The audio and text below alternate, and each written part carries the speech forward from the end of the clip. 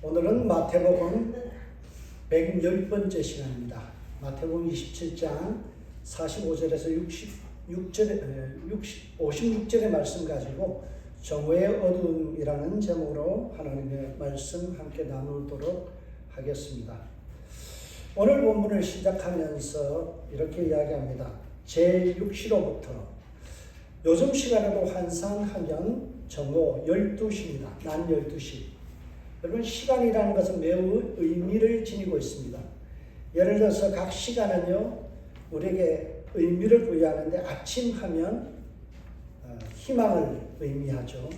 저녁 시간 되면은 마무리라든지 안식을 의미합니다. 그렇다면 낮 12시 정오는 무슨 의미일까요? 알베르토 까미라는 유명한 문학가가 정오라는 말을 이렇게 해석합니다. 햇살이 직각으로 내리쬐는 한낮의 투명함으로 현실을 냉철하게 보아야 한다. 냉정하게 보아야 한다. 여러분, 제6시로부터라는 이 의미는 낮 12시라는 시간적인 의미도 있지만 은유적으로는요, 모든 것이 명확해지는 시간, 투명하게 드러나는 시간이라는 의미를 갖습니다. 마태복음을 읽는 독자들에게 마태는 지금 낮 12시라는 이 시간을 통해서 예수님의 십자가 사건, 예수님의 십자가 사건이 어떤 의미를 갖는지 투명하게 그리고 냉정하게 우리에게 제시해 주고 있다라고 볼 수 있습니다. 오늘 본문에 보면 제6시로부터 낮 12시로부터 온 땅에 어둠이 임하여 제9시까지 오후 3시까지 계속되었더니라고 말씀합니다. 그런데 아이러니하게도 가장 밝아야 될 낮 12시 정오의 시간에 온 땅에 어둠이 짙게 깔렸습니다. 이 어둠의 색깔, 이 어둠이 어떤 의미를 가질까요? 그것은 구약의 전통에 따르면 어둠은 바로 우주적인 징조로서 심판을 이야기하고 있습니다. 심판의 메시지라는 것입니다. 메시아가 출현할 때에 나타나는 심판 메시지가 바로 오늘 본문에 있는 낮 12시에 펼쳐진 칠흑 같은 어둠의 장면입니다. 우리가 잘 아는 아모스, 구약 성경 아모스 8장 9절에 보면 이렇게 되어 있습니다. 내가 해를 대낮에 지게 하여 백주에 땅을 캄캄하게 하며 라고 말씀하죠. 아모스의 말씀의 배경은 메시아가 출현하게 되면 이런 어둠이 초래된다는 거예요. 하나님의 준엄한 심판과 애통의 날이 임할 것을 예언한 것이 바로 아모스 선지자의 예언입니다. 이 아모스의 말씀대로 오늘 십자가가 세워지는 그 시간에 백주의 하늘과 땅은 캄캄하게 되는 사건이 벌어졌습니다. 이것은 무엇을 의미할까요? 한낮에 밝아야 되고 환해야 될 세상이 깜깜해졌다는 것은 죄가 엄청나게 강하였다라는 의미고 이 죄에 대한 심판이 임하였다라는 것입니다. 여러분, 성경에 보면 대낮에 세상이 캄캄해졌던 사건이 있었죠. 출애굽기에 보면 10가지 재앙이 있었습니다. 이집트의 바로가 하나님의 명령을 불복종하여서 그들이 하나님의 백성을 출애굽하는 것을, 엑스도스하는 것을 금하죠. 그때 하나님께서 10가지 재앙을 모세를 통해 일으키는데 9번째 재앙이 뭔가요? 바로 온 세상이 캄캄하게 되는, 칠흑같이 캄캄하게 되는 그런 어둠의 재앙이었습니다. 이 어둠은 뭘 이야기합니까? 하나님의 심판이라는 것입니다.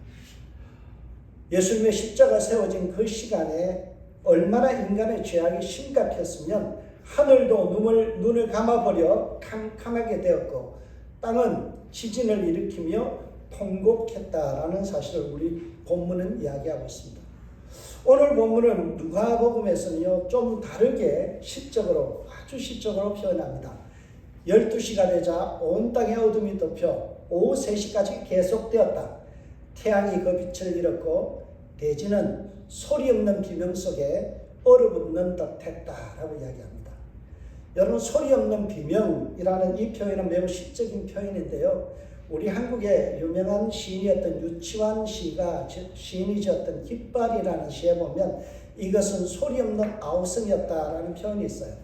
이 표현의 의미는 뭔가 하면 슬픔과 탄식이라는 거예요. 대신 땅이 지진을 일으키며 통곡하고요. 그리고 슬픔의 탄식의 비탄에 처해졌다라는 거예요.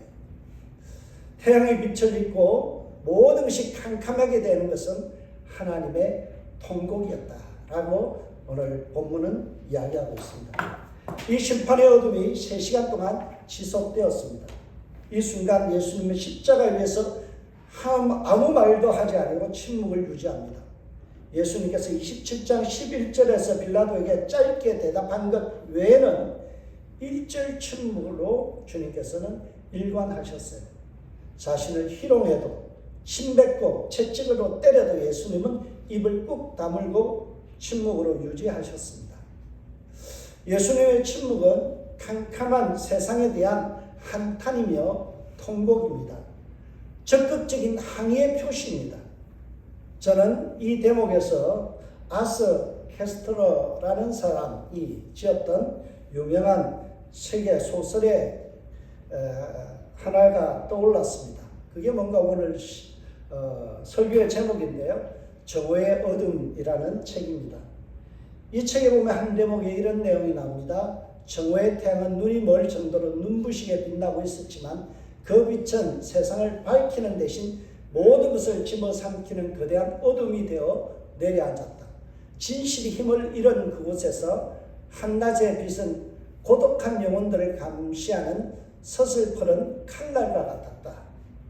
여러분, 이 표현은요, 영적 어둠이 깔린 세상에 대한 한탄이에요.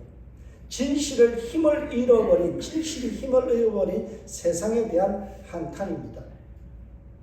종교 지도자들과 로마의 당국의 리더들과 그리고 유대인의 장로들은요, 안전과 질서를 유지한다는 명목으로 예수를 십자가에 세웠지만, 그러나 이것은 순결하신 예수님을 십자가에 못 박는 극악무도한 만행이었습니다.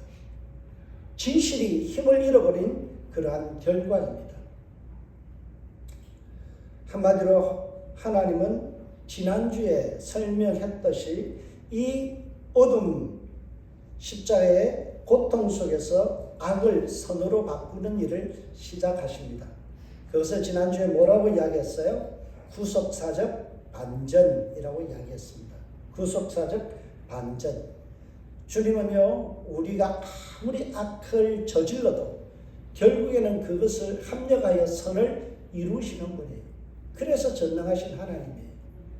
여러분, 세상에 악이 판을 쳐도 눈 하나 깜찍하지 마세요.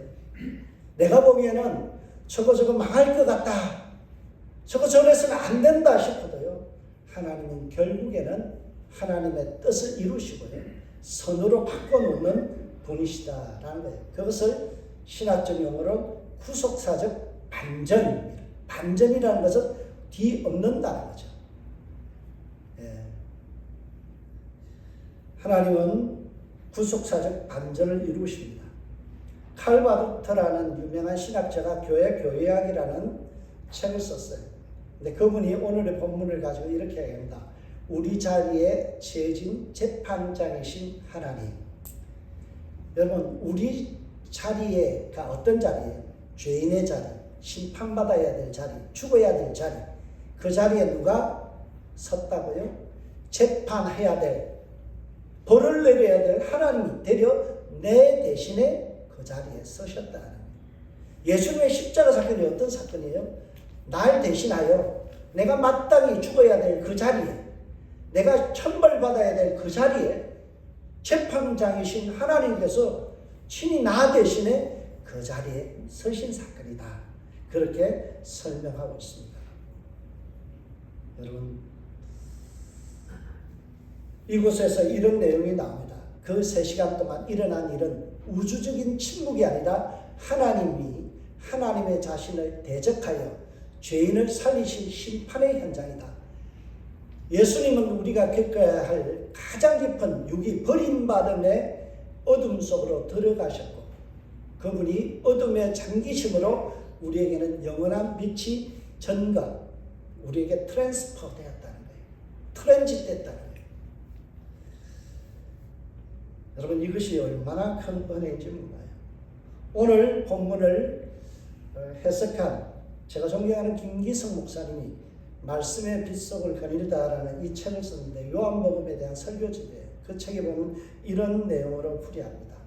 골고다의 현실 앞에는 정오의 태양도 부끄러웠는지 몸을 숨긴다. 어두워졌다는 거죠. 온 땅에 임한 어둠은 불길하다. 하지만 그 어둠의 태에서, 자궁에서 새로운 생명이 잉태하는 법이다. 참 이렇게 시적으로 표현할 수 있는 목사가 됐으면 저도 좋겠어요. 참 멋있죠.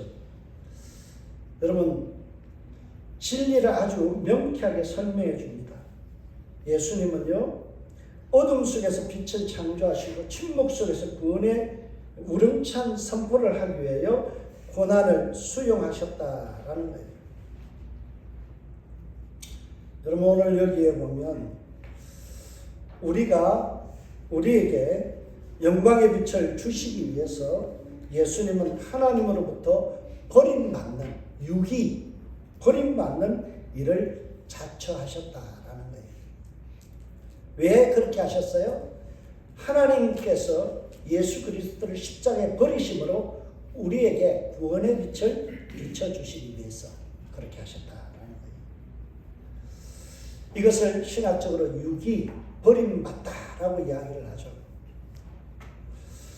긴 어둠의 끝자락인 오후 3시가 되자 예수님은 긴 침묵을 끝내고 하나님을 향하여 적극적인 절규를 쏟아냅니다. 그게 오늘 본문의 말씀이죠.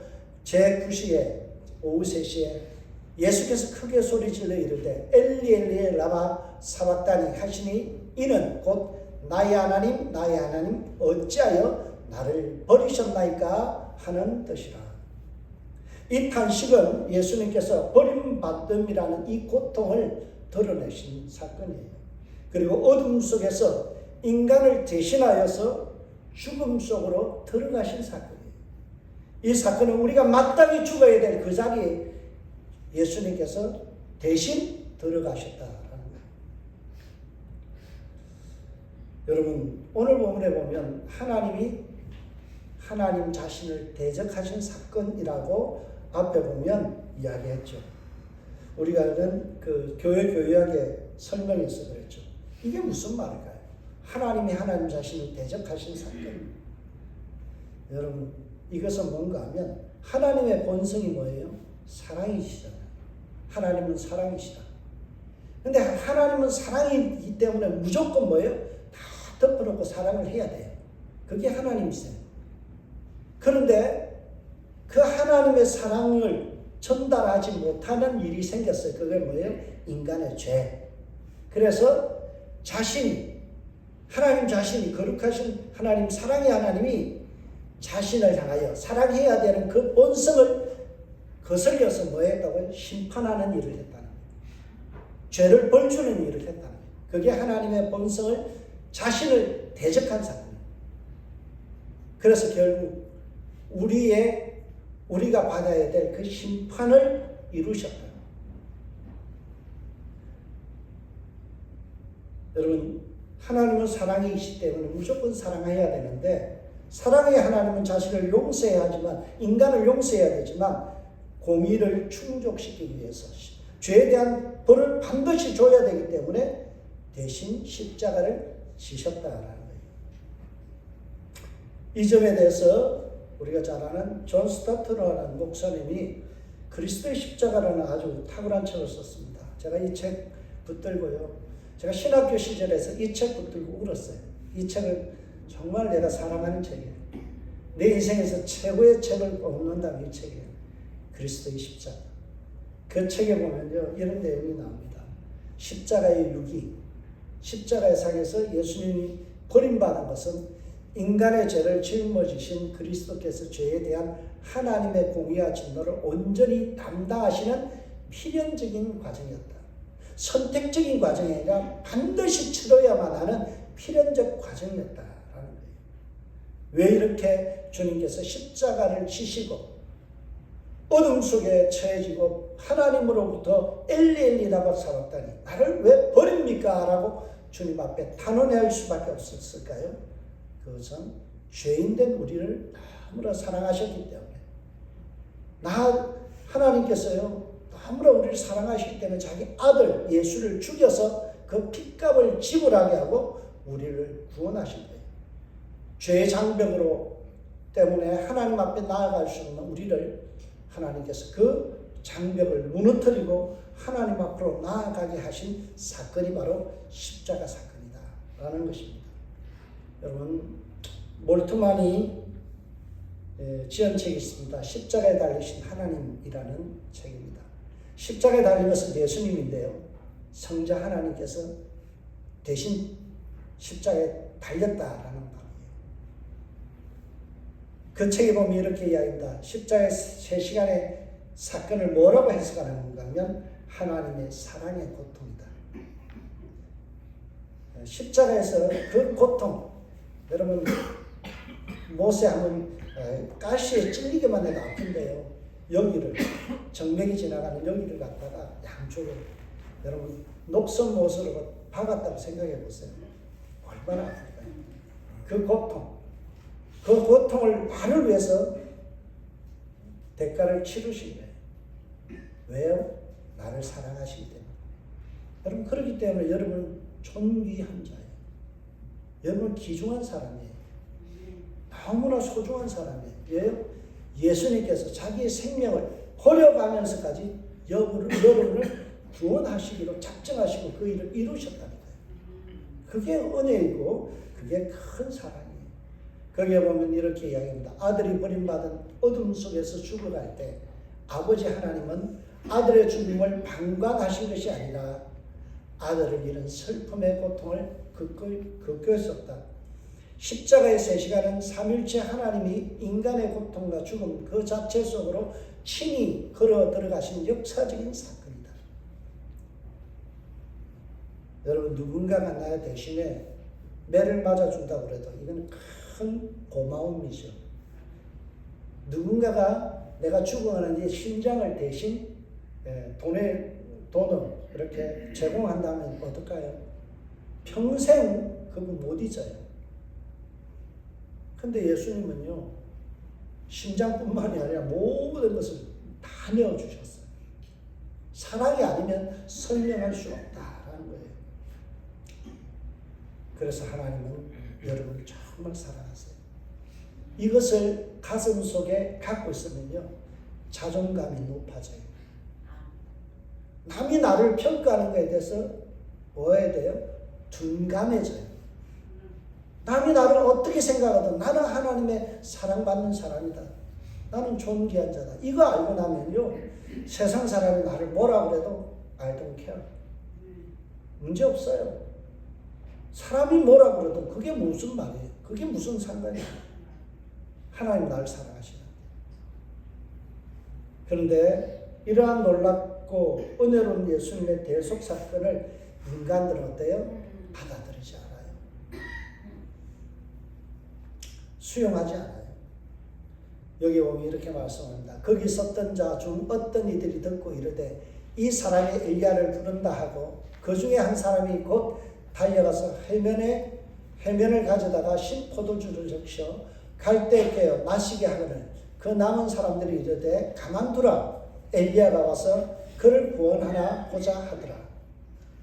죄에 물든 인간은 예수님을 조롱하는 데 혈안이 되었습니다. 예수님이 엘리 나의 하나님 나의 하나님이라고 부르자 엘리야를 찾는다라고 제정신이 아니다, 정신 나갔다라고 미친 사람 취급하며 조롱합니다. 하지만 이 사건을 통해서 시편 59편 21절의 예언이 성취되는 역사를 이루어갔어요. 하나님은요, 악을 선으로 바꾸십니다. 구속사적 반전을 통해서 저들이 욕을 하고 저들이 나를 괴롭혀도 그것을 선용하여서 결국에는 하나님의 뜻과 하나님의 일들을 이루어가시는 분이에요. 그분을 내가 하나님으로 믿는다니까요.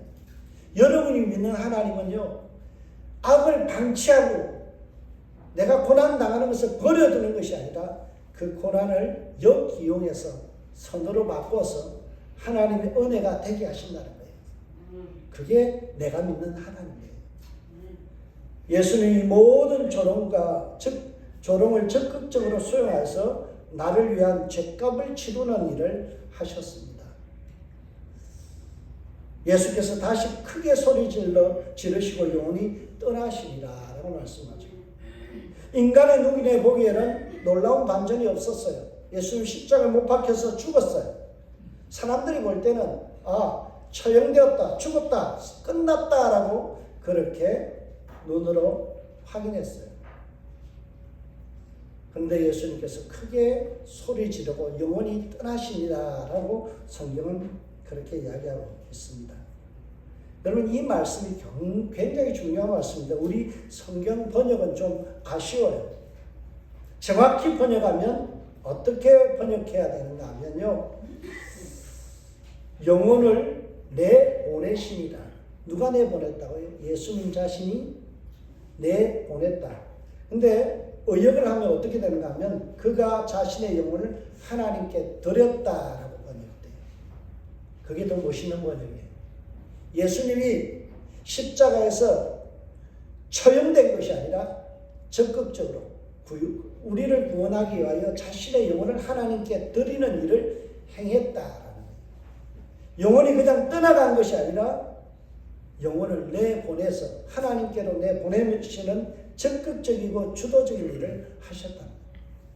구원의 사건은요, 예수님의 적극적이고 그리고 아주 주도적인 일이에요. 그 일을 성취하셨다는 거예요. 그런데 잠시 후에 변고가 생기기 시작합니다. 이해할 수 없는 기적이 곳곳에서 벌어집니다. 그 첫 번째 기적은요, 성소의 의장이 위로부터 아래로 찢어지는 사건이에요. 위로부터 아래까지 찢어서 둘이 되고라고 말씀하죠. 여러분, 성소의 휘장이 얼마나 두껍고 단단한지를 이해할 필요가 있어요.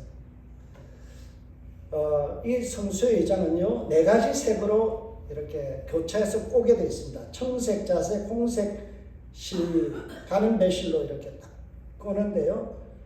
이게 어느 정도 두께인가 하면 약 15cm 정도 돼요. 여러분, 두께가 15cm면요, 소를 2마리로 해서 이렇게 끌어도요, 찢어지지 않는답니다. 그런데 성소의 휘장이 위로부터 아래로 찢어졌다는 것은 인간의 힘으로 찢은 것이 아니다는 거죠. 누가 찢으셨어요? 하나님께서 찢으셨다는 거예요. 이게 참 놀라운 은혜의 사건입니다.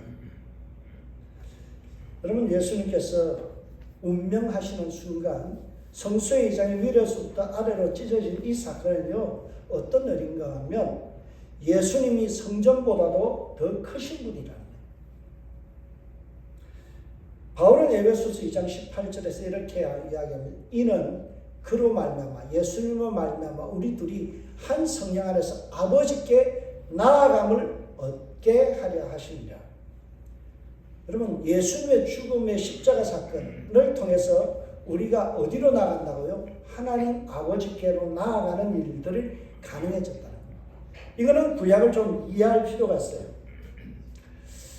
여러분, 성전의 구조를 보면 성소와 지성소로 나누어져 있습니다. 그 칸막이가 뭔가 하면 이 휘장이에요.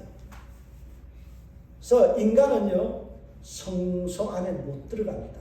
단 한 사람, 대제사장이 1년에 한 차씩 대속죄 9월 10일이 되면 양을 잡아서 그 피를 가지고 성소에 홀로 들어가요.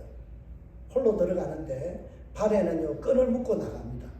그리고 옷 밑에는 방울이 달려 있어요. 움직이면 딸랑딸랑 소리가 나요. 근데 만약에 대제사장이 1년에 한 차례 지성소 안으로 들어가는 순간 죄가 있으면요, 적사해요. 그럼 어떻게 할까요? 제사장들이 이 뒤에서요, 끌어내는 거예요. 발에다 묶인 끈을 가지고 끌어내는 거예요. 방울 소리가 나면 죽었다는 거예요. 1년에 한 차례 대제사장, 거룩한, 유대사에서 가장 거룩한 대제사장들 1년에 한 번 들어가는 자리예요. 그것도 죄가 있으면 적사해서 죽었어요. 그런데 죄 많은 우리가 휘장을 넘어서 하나님이 계시는 성소, 지성소, 거기에는 하나님의 임재가 있는 것이고 쉐키나 하나님의 영광이 드러나는 그곳에 우리가 담대하게 나아갈 수 있는 축복을 누렸다는 거예요. 이게 누구 덕분이에요? 예수님의 십자가 사건 덕분이라는 거예요. 그래서 히브리서 10장 19절에서 20절에는 오늘 본문을 이렇게 설명합니다. 그러므로 형제들아 우리가 예수의 피를 힘입어 성소, 지성소에 들어갈 담력을 얻었나니 그 길은 우리를 위하여 휘장 가운데로 열어놓으신 새로운 살 길이요 휘장은 곧 그의 육체니라. 예수님이 십자가의 죽으심으로 말미암아 휘장이 찢어진 사건은 우리가 하나님 앞에 나아갈 수 있는 축복을 누리는 귀한 은혜의 사건입니다. 여러분 지금 하나님 앞에 가서 마음대로 기도하잖아요. 그렇죠? 근데 천주교는 어때요? 대신 기도해 줘야 돼. 누가요? 사제가. 함부로 기도 못해요.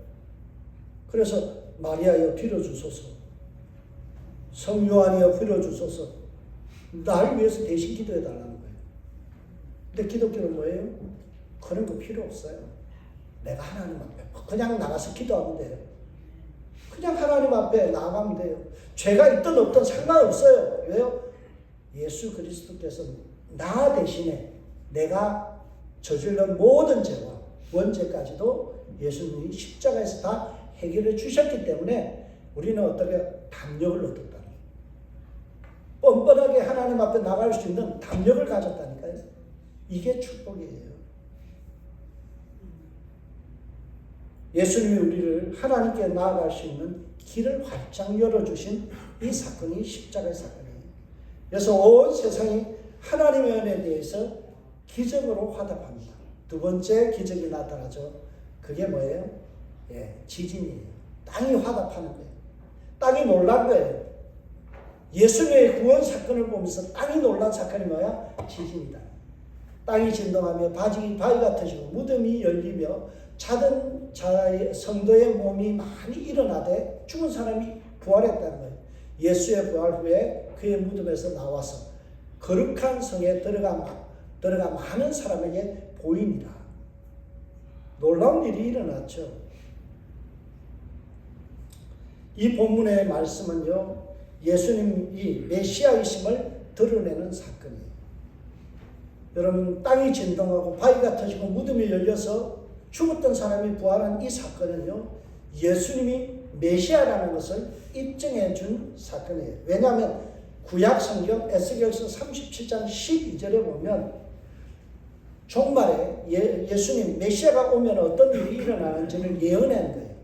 무려 에스겔 시대는 한 700년 정도, 예수님 오시기 700년 정도, 700년 전에 어떤 예언이 있었는지 들어보세요. 그러므로 너는 대언하여 그들에게 전하라. 나 주 하나님이 말한다. 내 백성아, 내가 너희 무덤을 열고 무덤 속에서 너희를 이끌어내고 너희를 이스라엘 땅으로 들어가게 하겠다. 메시아가 어느 순간 이런 일이 일어날 것을 구약은 예언했는데 오늘 본문에 그대로 성취된 거예요. 그런데 오늘 본문과 그리고 오늘 이 에스겔서 37장 12절의 말씀이에요. 헬라어로 히브리어를 헬라어로 번역하면 똑같은 단어가 세 개가 그대로 드러나요. 무덤이 열릴 것이며 내가 일으키고 내가 인도하여 들어가게 하리라 라는 단어가 똑같이 사용됐어요. 무엇을 말해주나요? 예수님이 메시아시다. 이것은 말씀이죠. 여러분 마태는 에스겔서 37장의 예언의 말씀을 인용하여서 봐라, 눈이 있으면 봐라. 구약에서 그렇게 예언하던 말씀이 그대로 성취되지 않았느냐? 이걸 말하는 거예요.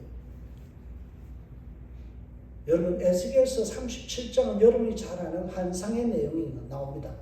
어떤 내용이에요? 포로기의 극한에 처해 있던 이스라엘 백성에게 하나님께서 하나의 비전을 보여줘요. 꿈을 통해서 어떤 환상을 보여줘요? 에스겔이 환상을 보는데 어떤 환상인가 하면 골짜기에 전부 다 죽은 사람의 뼈만 있어요.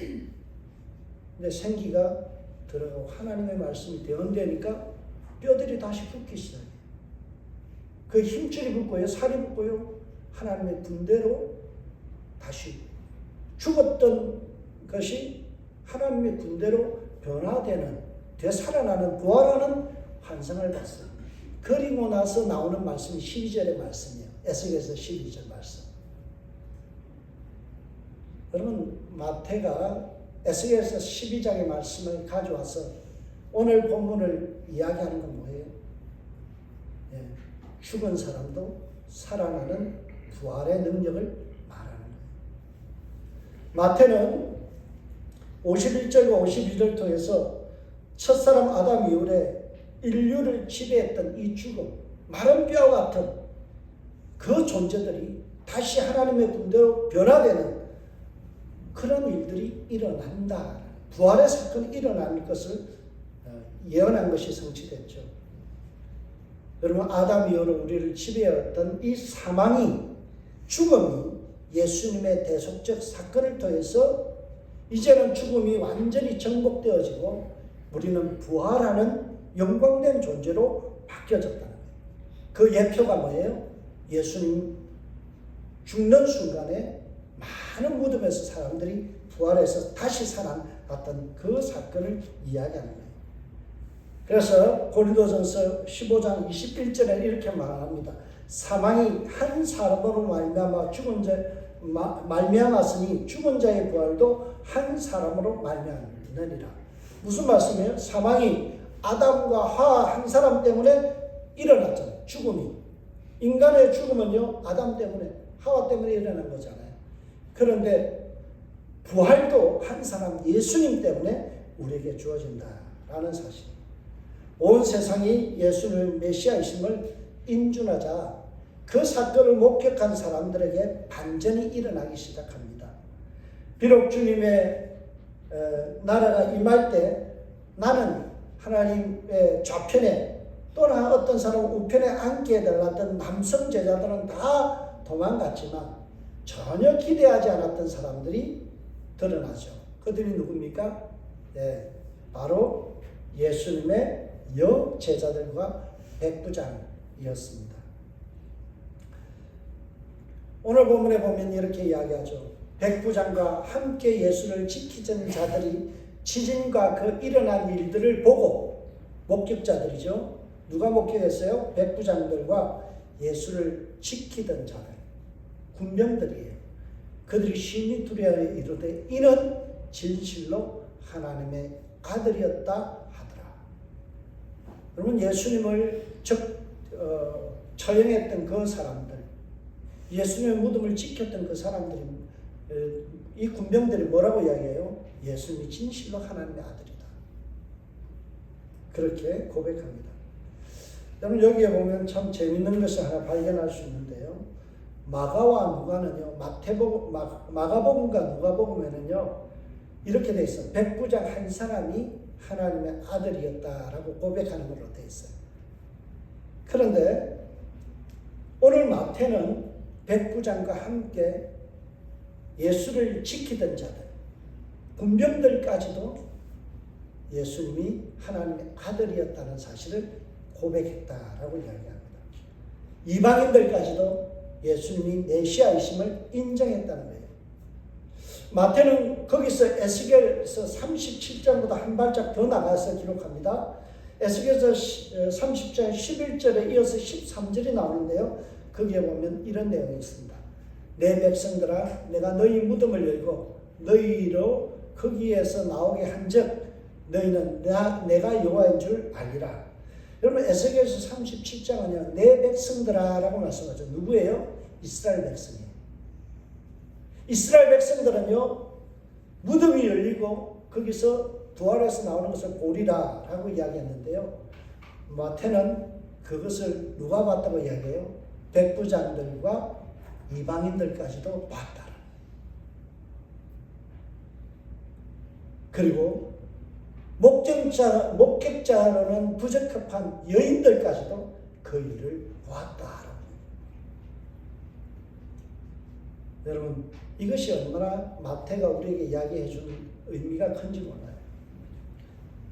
여러분, 저는 오늘 본문을 해석하면서 한자 하나가 생각이 났어요. 해불양수라는 말이에요. 무슨 말인가 하면요, 바다는요 강물을 마다하지 않는다. 어떤 물이든 흙탕물이라도 들어오는 것을 다 받아들이는 게 바다예요. 그러나 썩지 않아요. 여러분, 예수님은요, 하나님은요 해불양수의 하나님이에요. 죄인인 우리, 흙탕물 같은 우리들 모든 사람을 다 받아들여요.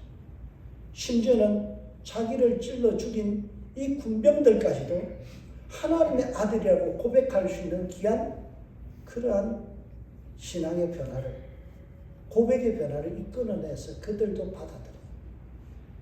백부장도 하나님의 자녀를 받아들여요. 그게 하나님이에요. 우리는 그러죠. 저런 사람은 교회 안 왔으면 좋겠어. 저런 사람 교회 오면 교회에 격이 떨어져요. 저런 사람이 우리 교회 오면 수준 낮아져요. 저 사람은 옛날에 한가닥 하던 사람이에요.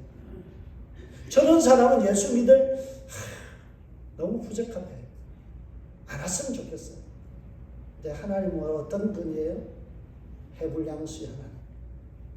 어떤 흙탕물이 심지어는 오물까지도 다 받아들일 때 썩지 않으시고 정화시켜서 되려 그 물고기로 풍성하게 하시는, 그게 하나님이시다. 인간은 죄인이에요. 하나님을 향하여 십자가에서 내려오라고 욕하고요, 엘리야를 부른다고 욕하고요, 별의별 짓을 다 하잖아요. 그런데 하나님은 어떻게 하셔요? 그들까지도 수용해서 바로 하나님의 아들이었다는 것을 고백하게 만들고 신앙에 도전하여서 그들이 변화되는 것을 이끌어내시는 하나님. 비천하게도 취급받던 이 여자들을, 그들을 하나님의 예수 그리스도의 놀라운 정인으로 세워주시는 은혜의 하나님. 오늘 본문을 보세요. 예수를 섬기며 갈릴리, 이방의 땅 갈릴리여, 성경 그렇게 하죠. 갈릴리 이방의 땅에서 따라온 많은 여자들과 거기 있어 멀리서 바라보고 있으니 그 중에는 막달라 마리아와 또 야고보와 요셉의 어머니 마리아와 또 세베대의 아들들의 어머니도 있더라. 여러분 여기 보세요. 예수님의 정인으로는 너무나 부족한 사람이에요. 막달라 마리아 어떤 사람, 귀신 들렸던 사람이에요. 재수 없는 사람이에요. 사람들이 싫다하고요 피해 댕기던 사람이에요. 그런 여자도 예수님의 정인으로 세웠다니까요. 해불양수의 하나님이에요. 십자가는요 죄인된 우리를 위하여 십자가에서 우리의 모든 죄값을 치르시고 우리를 의인되게 하신 사건이에요. 그 주님께서는요 사람마다 하지 않아요. 주님은 사람을 가려서 주님의 제자로 선택하지 않아요. 모든 사람을 수용하여서 구원하시고 하나님의 백성 삼으시고 그리고 놀라운 주님의 정인으로 써주시는 하나님입니다. 그런 하나님을 믿는 우리 좀 넓어졌으면 좋겠습니다. 성경은 그러죠. 은혜 받은 마음으로 너의 마음을 넓히라. 저런 사람 안 돼요. 저 사람 오면 안 돼요. 저 사람 정말 격이 떨어지는 사람이 그런 거 없어요. 주님은 모든 사람을 받아들여서 그들을 합력하여 선을 이루시고 결국에는 하나님의 제자로 이방인까지도 주님을 수용하시는 하나님. 그 하나님을 믿은 우리들 폭넓게 신앙생활하는 저 여러분들 되시길 주의 이름으로 축복합니다. 기도하겠습니다. 하나님, 주님의 십자가 사건을 묵상하였습니다. 칠흑 같은 어둠이 깔리고 죄가 드러났을 때 주님은 십자가에서 죄값을 치르시고 우리가 마땅히 서야 될 그 자리에 주님께서 십자가에 못 박혀 죽으심으로 우리를 구원하셨음에 감사를 드립니다. 하나님, 사람마다 하지 아니하고 가려서 사람 쓰지 아니하시고 모든 사람을 받아들이시는 그 넓으신 바다 같은 하나님 찬양하고 경배합니다. 우리 마음도 바다같이 넓은 사람들 되게 하여 주옵소서. 그래서 모든 사람을 수용할 수 있는 저희들 되게 하옵소서. 감사하고 예수님의 이름으로 기도합니다. 아멘.